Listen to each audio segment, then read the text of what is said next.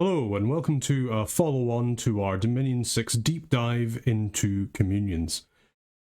So I've been reading through a lot of your comments in the last one. A lot of you were asking for more examples, so I thought, let's give them to you.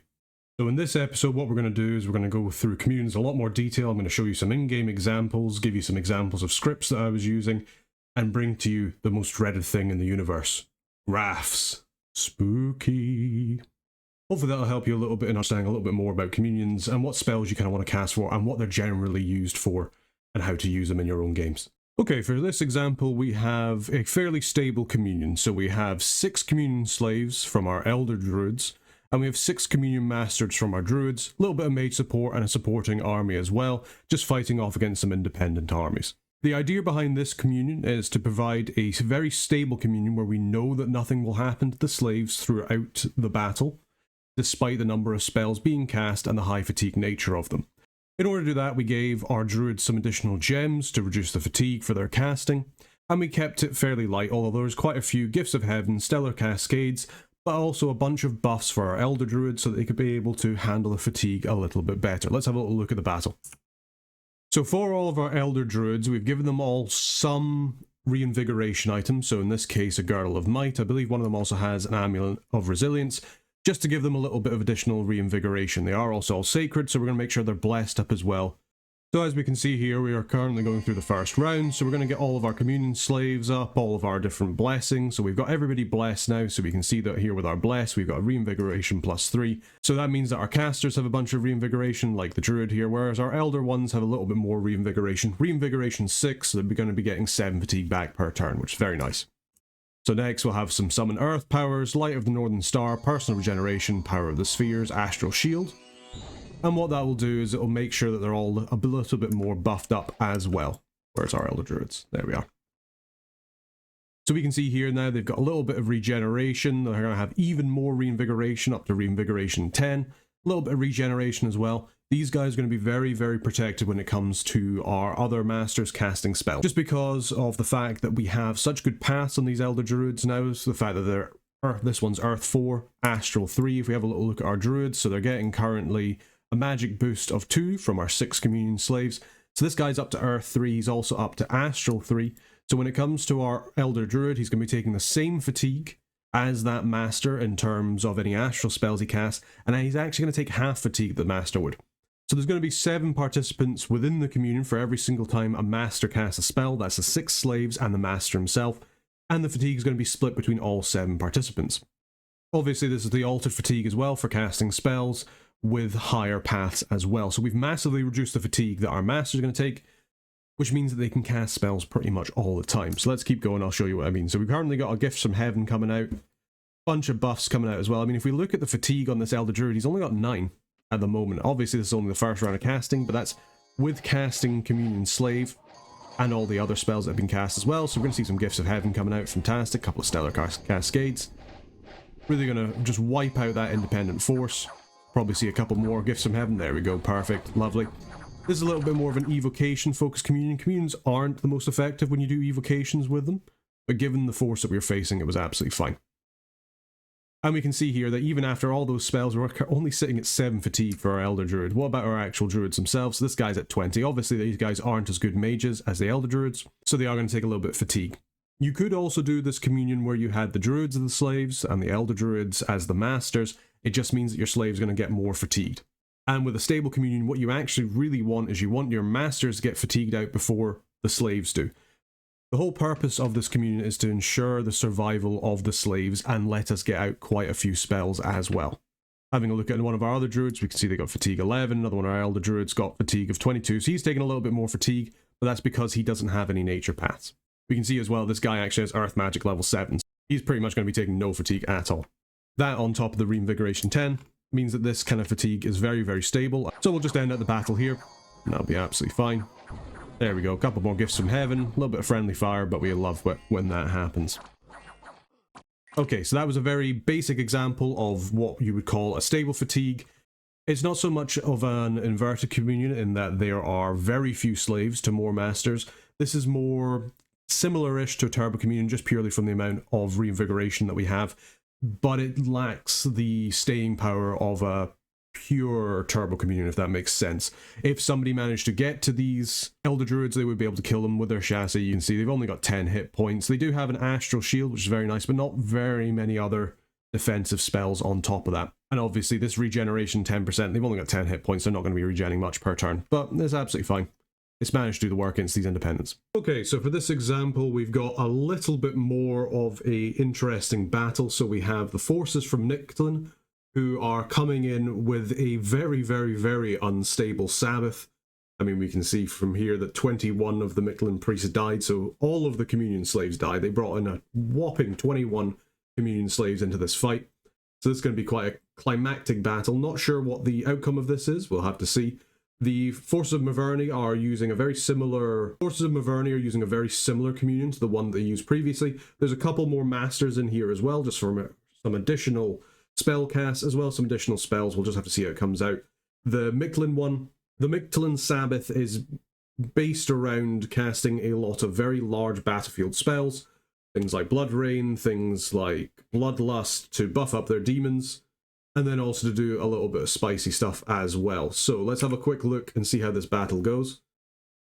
So in terms of the layout, before we get started, you can see the Mictlan forces are all together. Because it's a Sabbath, they'll want to be using each other's slaves as much as possible for casting their spells. Everybody here is going to come into the Sabbath.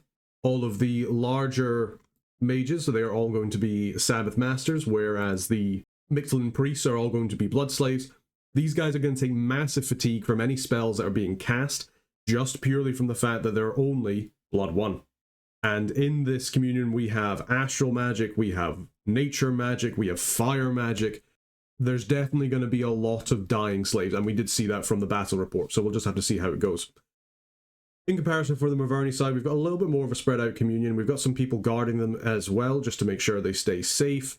And we have a regular front line of guys who are going to get their tattoos awakened, a couple of cavalry on the side.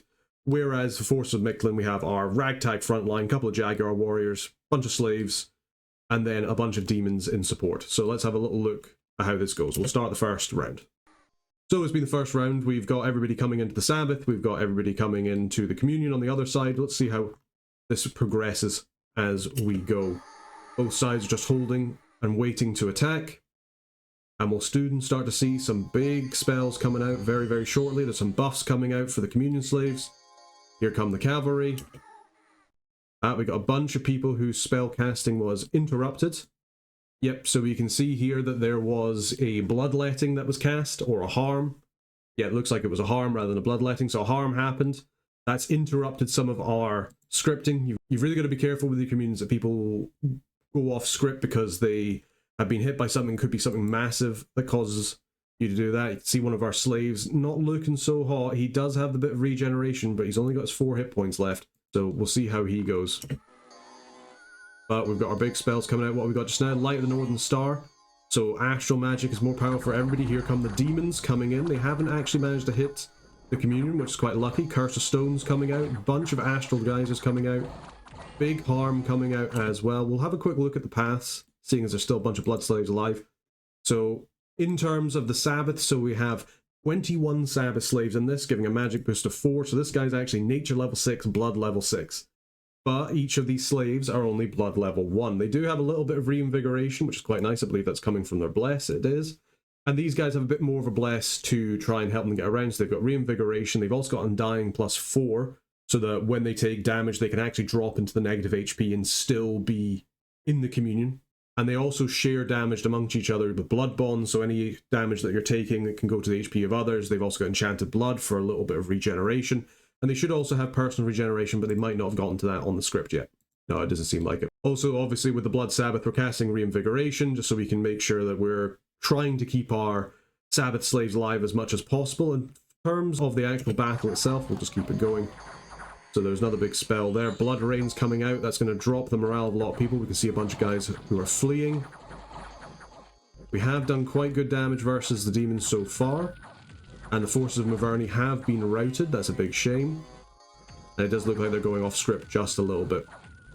So it looks like Mictlan will win this. They have taken a little bit of a fight for it though. Here we are with some elementals. We've got some horrors that they have spawned that they're actually now going to have to fight, seeing that Maverni have fled the field. So this could potentially be what's caused the issue with the Sabbath, in that we are probably absolutely destroying these guys in terms of fatigue. They're actually not doing too bad. They've got 46 fatigue. So yeah, as we said, Maverny is routed. Their forces are gone. We never actually got to see very many big evocations from them. I think their scripting got a little bit messed up. So they're all done. Meanwhile, these guys are just casting Claim Life, Blood Boil. We've used all of our slaves. The fatigue's starting to rack up on our Sabbath, and that is not going to be very good for them. We should probably start to see these guys starting to pop very, very shortly as we just try and kill this horror. We'll have a little eye out, see if we can start seeing any of the slaves dying. What are we at? 126 fatigue? I mean, the fact that there's so many blood slaves is probably the only reason they're being alive. In terms of participants, there's 21 slaves to this Sabbath, which means that we're having a grand total of 22 participants for each single cast. Obviously, there's a lot of master casters as well. We'll have a look at the fatigue. It's starting to get up there, 181. We're just really struggling to deal with this little tide horror that's coming. Fortunately, we have got the wolves. The wolves at least are doing something. The fire elemental as well. There's just so many of these horrors. And here they come. They're trying to just kill us, but we managed to get them. Out in fatigue, 193. They're already losing HP. Not looking good. Yep, looks like that was some of the slaves gone. How many slaves do we have left? Absolutely none. So yeah, they all just died, unfortunately. And we're just going to be killing this final horror here as the wolves attack it. They will go down eventually. And at the end of that, Mictlan didn't even take the province. What a big shame. So if we have a little look at the communion, we can see that we've got Sabbath Masters going on where they're calling horrors. They're doing all the various things. We've got reinvigorations throughout their script, kind of some casting one turn, some casting another turn. And that's just purely to make sure that they don't have very much fatigue, because Sabbath Master does take quite a long time to cast and is a very high fatigue cost in comparison to Communion Master, taking 100 fatigue. Obviously, most of these guys who are masters are actually blood 2, so they're halving that fatigue. And if they use a blood slave, which I think most of them did, then that's being a third. So they're only really taking 33 fatigue plus their casting fatigue in order to cast Sabbath Master. But for a few of them who want to cast big spells, say like this guy here who's casting Howl before going off script, he'll cast Sabbath Master, he'll reinvigorate himself and all the slaves, and then he'll get ready to cast a big spell like Howl, which we can see actually did great work in that battle that we just had. Some of our other guys, they were casting things like Bloodletting. Obviously, we had the Harm, which did pretty well. Blood Rain also came in. A little bit Imps, a little bit Horrors. Horrors didn't really work too well in the end. That's the bad thing about Horrors, is they are obviously against you as much as the enemy, so keep that in mind when you're using them. I just thought it'd be funny to show off. But overall, we can sort of say that that battle was quite, maybe not a success, but it was two fairly large-ish forces surrounded by mages. And these guys didn't do too badly, all things considered. If we have a little look at Maverny, so we'll try and see who survived from that. So we have a couple of guys. A lot of the mages did actually survive. We obviously lost a few of the Elder Druids who died to, I believe it was Harm. But that's going to happen. But you could see that their communion was much more... if they hadn't have run, their communion was much more stable than the Mictlan's. Most communions will end up burning out their slaves, especially if you go off script. I haven't shown it off here, but there is a way to stop that from happening, which I'll cover in the video a little bit later. We'll just maybe go over what spells are being cast by this Maverny force. So we had Summon Earth Power for one of our Communion Masters, just to bump him up. Then that was into the Curse of Stones, and we were summoning a couple of Earth Elementals. I don't think any of them actually came out in the fight. We had another one casting Summon Earth Power. It is a little bit wasteful to be casting more than one Summon Earth Power, because your Communion Slaves only get hit by it once, but they will take the fatigue from both. But given the fact they have such high Earth, and they already have pretty good reinvigoration, most of them having 10 reinvigoration, it's something that I think they could deal with. On top of that, we have some Maws of Earth coming out, we had some Gifts of Heaven, a bunch of Astral Geysers as well, the Light of the Northern Star, just to boost up everybody's Astral. That does include the enemy, but is very useful for making sure that your slaves are okay. We had another personal regeneration just to make sure that they were all right. We had an Astral Shield being cast somewhere as well as Power of the Spheres, just again to boost up everybody's paths. So this guy had an increase to his paths. All the slaves had a +1 to all of their magical paths. Just makes them able to handle the fatigue just a little bit better. So if you have your masters and you want them just to cast a couple of spells, let's say you don't have a big communion, let's say we just have a little small communion, and it's just to cast one spell, and you're a little bit concerned about them fatiguing out either the Sabbath slaves or the communion slaves that you have, what can you do about it? Well, if you forge them a bow, or if they have a bow already, great. give that bow to them, you give them that bow, and then you get them to cast whatever their script is. Let's just say this guy, we want them to cast Curse of Stones, and then we don't want to do anything more. We're just interested in getting Curse of Stones out. Well, what can you do? Well, just now there's nothing we can do. We can tell him to retreat, potentially, if we wanted him to. Just run off the field. That's that. We don't want anything more to come out of the communion. That obviously has the issue that he could potentially die while retreating. You don't want to do that when you're easily going to win the battle. But we don't want him to decide what his best course of action is, because he's just going to cast spells. We probably don't want him to get attack and melee. So what we can do is if we give him that bow, we go back to his orders, and we actually just tell him to fire. And what will happen now is he won't cast any more spells. All he will do is he will fire that bow. And that's a really good way that you can ensure that your communion slaves will live. If you just want to get 1 or 2 big spells out, and then that's that. Especially if those big spells are something they don't have paths in. Let's say we just had basic astral communion slaves.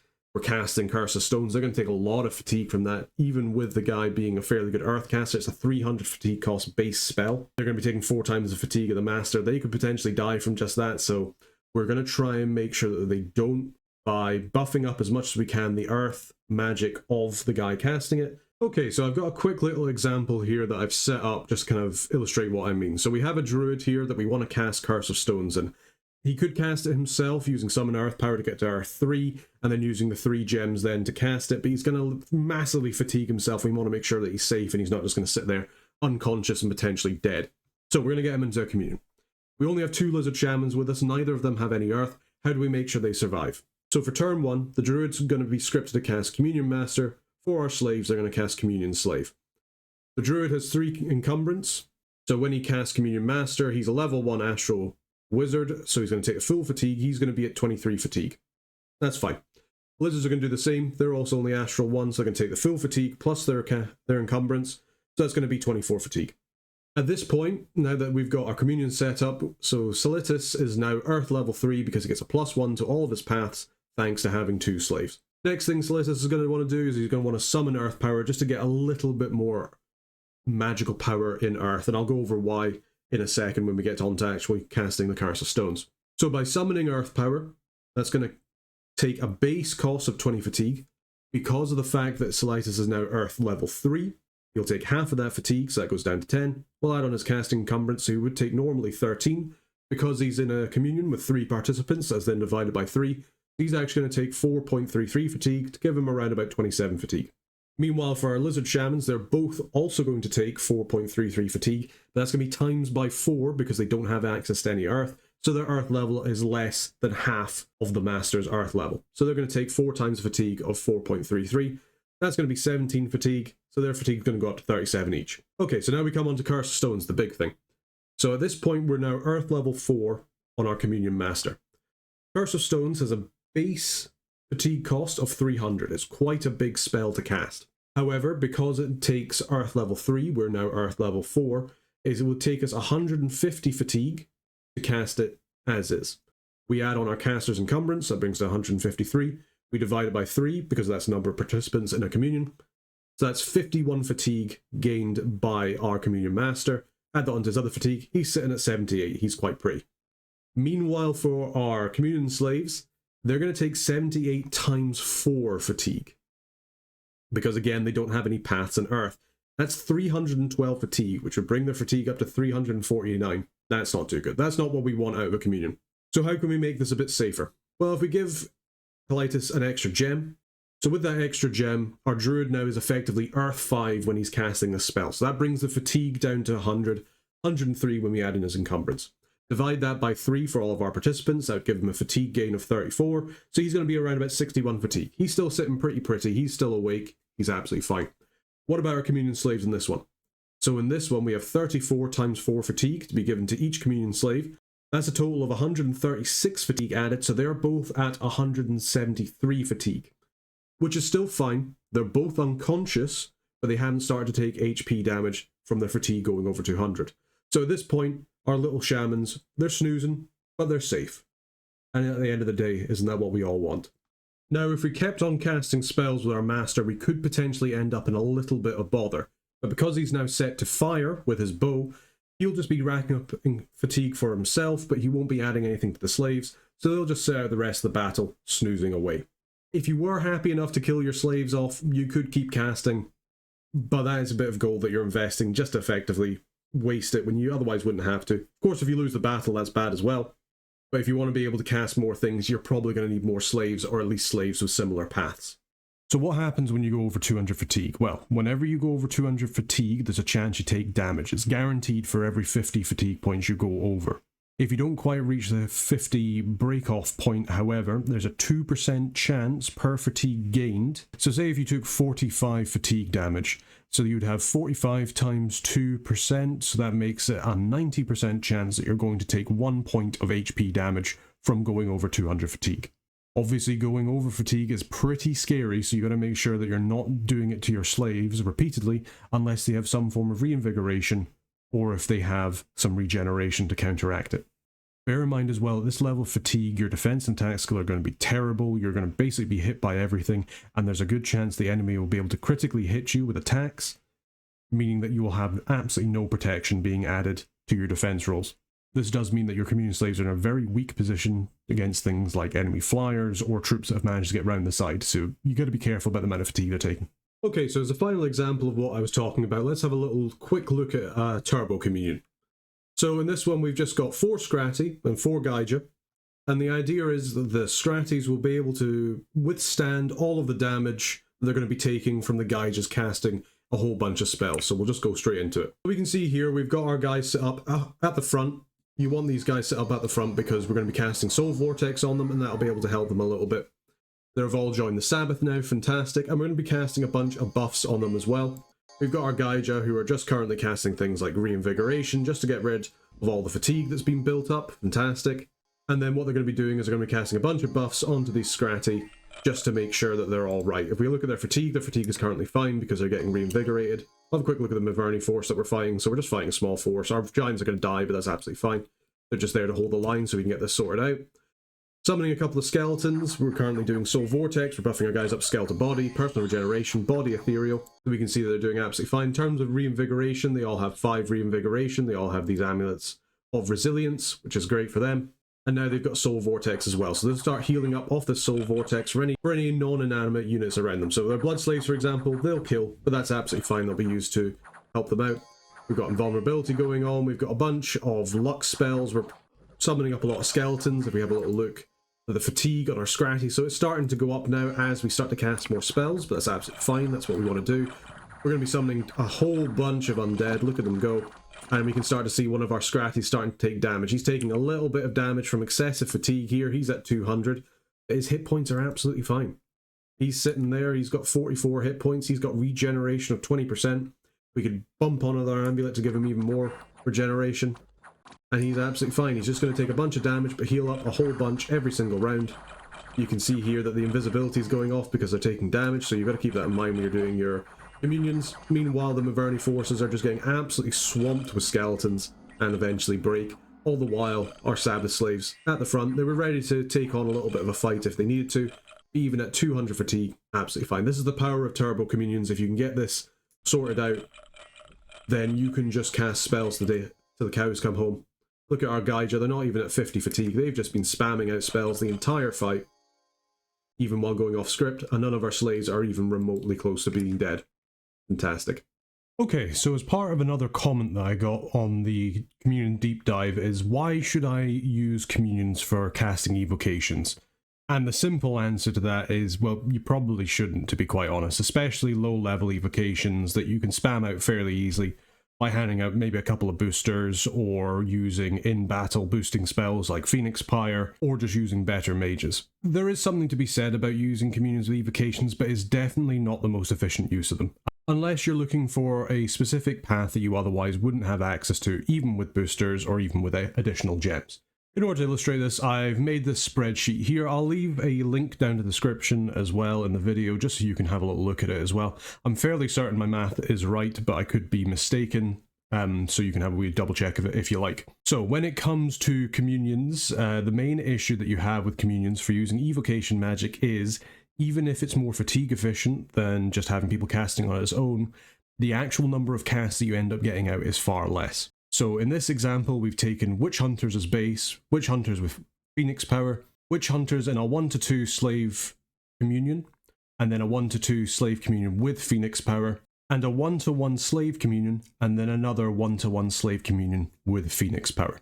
So the main thing that you can see here is with the communions, obviously the actual fatigue in order to cast the spell is far lower for the casters than if they cast it by themselves. Certainly when it comes to using witch hunters at their base level, using them just at Fire 2 to cast Holy Pyre means they can actually only get 5 casts out before they end up fatiguing themselves out. If they use Phoenix power, then they can get an additional cast out, and that's fantastic. In comparison with the communions, there's less spells being outputted overall for the amount of mages that you're using, and that's a combination of not only the prep time and battle rounds it takes to make a communion and then to buff up, but also to the increase in casting time due to being in an astral communion. You wouldn't have this issue if you were in a blood sabbath, but you would also have to contend with more fatigue on your slaves and have to deal with that. Not only that, but you also have the potential 100 fatigue from entering into a blood sabbath to begin with. So what can we see from these results? So if you just casted this base with just 6 witch hunters, which was the number that was given in the comment, also to that commenter, please don't feel like I'm ragging on you here. And to be honest, it was quite a good thought experiment, and probably good to tell other people as well that you are, at the heart, pretty right, to be honest. Anyway, going back to the figures that we found, so with 6 base witch hunters, you get an actual cast of 5 per caster before they end up fatiguing out, which means that you get a grand total of 30 Holy Pyres within the first 5 rounds. That's helped as well because they have no prep time in terms of battle rounds, and they also have no fatigue, unlike the others, which are casting spells, which take time and also add up on their fatigue. You are left, however, with 6 unconscious mages who have done nothing but cast Holy Pyre and probably aren't going to be very useful for the rest of the battle, at least until they can get a little bit of fatigue back, and then they'll go off script and start casting a couple of spells. But they're not going to be major players in the battle anymore, but hopefully with those 30 casts you've managed to get through it. Interestingly enough though, if you cast Phoenix power with those 6 witch hunters, they actually end up getting more casts off of Holy Pyre in those 5 rounds, and that's just because of the quick casting speed of Holy Pyre, and the fact that they're not getting fatigued out after their 5th cast. So even with the additional 1 round of casting Phoenix power, they're actually getting off 36 in total, at a rate of 6 per caster. Additionally, because of the Phoenix power, they are getting additional damage on those Holy Pyres, and additional range, which is always nice. However, the remaining fatigue is at 4, enough to cast another spell, but after that they're going to fall unconscious and they're out of the fight. My apologies there, I actually realised that I had actually done the mathematics wrong for some of that, where I was taking the difference in fire path level rather than the number of casts by round 5, so I apologise. So with the communion, so you're getting 8 total casts for a 1-2 ratio of masters to slaves. You're only getting 6 out with the same ratio with additional Phoenix power being cast by 1. With your 1-1 ratio, you're getting 12 casts out or 9 out with a 1-1 ratio and also Phoenix power. Again, a little bit more mistakes in the mathematics. I need to clean up this spreadsheet a little bit, but I thought it'd be good to just show you what I've been working on. So you're getting some additional damage out of the communions for every individual cast, as well as additional range, which means you can have your communion guys up the back. When it comes to the remaining fatigue, it spells a bit of an interesting picture where all of your casters still have a lot of fatigue remaining, like we're talking at worst for the guys with Phoenix power, 66 fatigue remaining. This means that they're going to be able to sit there and they're going to be able to cast for a very, very long time after these first 5 rounds. However, that's traded off with the fact that you obviously have less casts in the first 5 rounds. So if you're going to kill a lot of the enemy units, so if you want to kill a lot of the enemy units very quickly, then having them not in a communion is definitely better. If you want a much more long-lasting evocation with constant harassment from Holy Pyre, then having them in a communion is better because it means they'll be able to last for a lot longer. Additionally, we can see with the slave fatigue remaining, we still have a lot of fatigue remaining, especially for the 1-2 ratio of masters to slaves. And even then, with the 1-1 ratio, you've still got a fair amount left as well. We can see the same kind of trend happening with things such as Falling Fires, where if you have guys who aren't in a communions, they're going to cast a lot more in those first 5 rounds, but they're going to fatigue out, whereas the guys in the communions, they're going to be able to cast more continuously. You've just got the problem that the casting speed is a little bit longer. Same again for something like Hidden Flame that you could also potentially cast with the Witch Hunters. So what does that tell you? So effectively what that tells you is Evocation communions are good if you want to continue casting evocations for the entire battle, not just for the first couple of rounds. Where this is useful is in things such as against Horde of Skeleton Summoners, where they'll have their first line of troops, they'll come forward, you'll beat them, all your mages are then probably nearly fatigued out, or certainly going off script and continuously fatiguing themselves out, and then you're going to be fighting a whole bunch of skeletons. At that point, having an Evocation Communion can be useful, because you'll be able to better combat the mages in terms of fatigue efficiency, meaning that your guys will keep casting spells and theirs will eventually start falling unconscious. The issue that you have, obviously, is that you are obviously going to fatigue out yourself, but you're just hoping you can outlast your opponent before that happens. Again, you have the issue that you're getting far fewer casts off in those first 5 rounds in comparison to your just base wizards. Using communions for evocation isn't the most effective. What you really want to be using evocations for is things like big buffing or big debuffing spells. Potentially, if you thought, right, okay, with this communion, I'm going to boost up one of these witch hunters, because you've got the same 6 witch hunters, you could boost them up to cast something like Firestorm, another one casting a bunch of flame resistance, and you can win the battle that way. You want to make sure that you're using heavy hitting spells rather than your lower level spells or evocations. Additionally, I'd like to bring to everybody's attention a comment made by iCapka, hopefully I said that right, about the Seraphs. These are summons for Middle-Age Marignon, Late-Age Marignon, and Pythium as well. And these actually start as Chorus Masters, so this gives access to a chorus to a nation that isn't Middle-Aged Man, which is a change from Dominions 5 to 6 that I didn't even notice, so thank you very much for bringing it up. This means that you'll have a separate communion from your usual mages, where you can cast large air spells without over-fatiguing your other communion slaves. You get Chorus Masters from the Seraph, and Angels of the Heavenly Choir, as well as Harbingers of the Choir, are both chorus slaves, so if you bring them with a Seraph, they'll become its slaves and boost up its magical paths, which is very, very handy. Additionally, if you don't want to go all out on a Seraph, you can also summon a Harbinger instead, and that also has the Chorus Master and the access to the air magic that you probably want to be casting your spells with. So why use communions? Well, you want to use communions for getting out big spells that your independent casters won't be able to get to. We're talking late game research here. We're talking about things like Soul Drain, Undead Mastery, Beast Mastery, Master and Slave. Things that you would struggle to cast if it wasn't for pass, say, on your Pretender or an exceptionally good summon. What you should try and stay away from with your communions is doing things like low-level evocations, things that your other mages would be able to do normally. If they do need a little turn to boost themselves up, that's fine. You're already using a turn to cast Communion Master, Communion Slave. So it's about equal in terms of setup time, but then additionally communions do have a casting malice, or at least they do for Astral Communions. Blood Sabbaths obviously don't. So just having independent mages be your evocation blasters is a better idea than using your communions for it. You want to make sure you're using your communions for big spells. If you want to do evocation, use something like Firestorm if you can't get it there. Wailing Wind's another good one. Wind of Death if you need to. Get your big battlefield spells out with it. Don't use your communions just as a battery for evocations. You can still do that, especially if you have weak mages. Middle-aged T and She comes to mind, but obviously don't expect it to be as good as having a lot of good mages. You're using the communion to boost up your lower mages so they can compete in a later part of the game. Keep in mind as well that you can use some construction items, so you've got your Sky Metal Matrices, which will make it so that the person wielding it automatically casts the Communion Master spell at the start of battle, or the Slave Matrix, which does the same but makes him a Communion Slave. This means you can save a turn in your scripting, and it can be quite helpful. Additionally, for Blood, you have the Slave's Heart. That means they will immediately become a Sabbath slave whenever they enter the battle, and on top of that, the Master's Athame, which will mean that whoever's holding it becomes a Sabbath Master.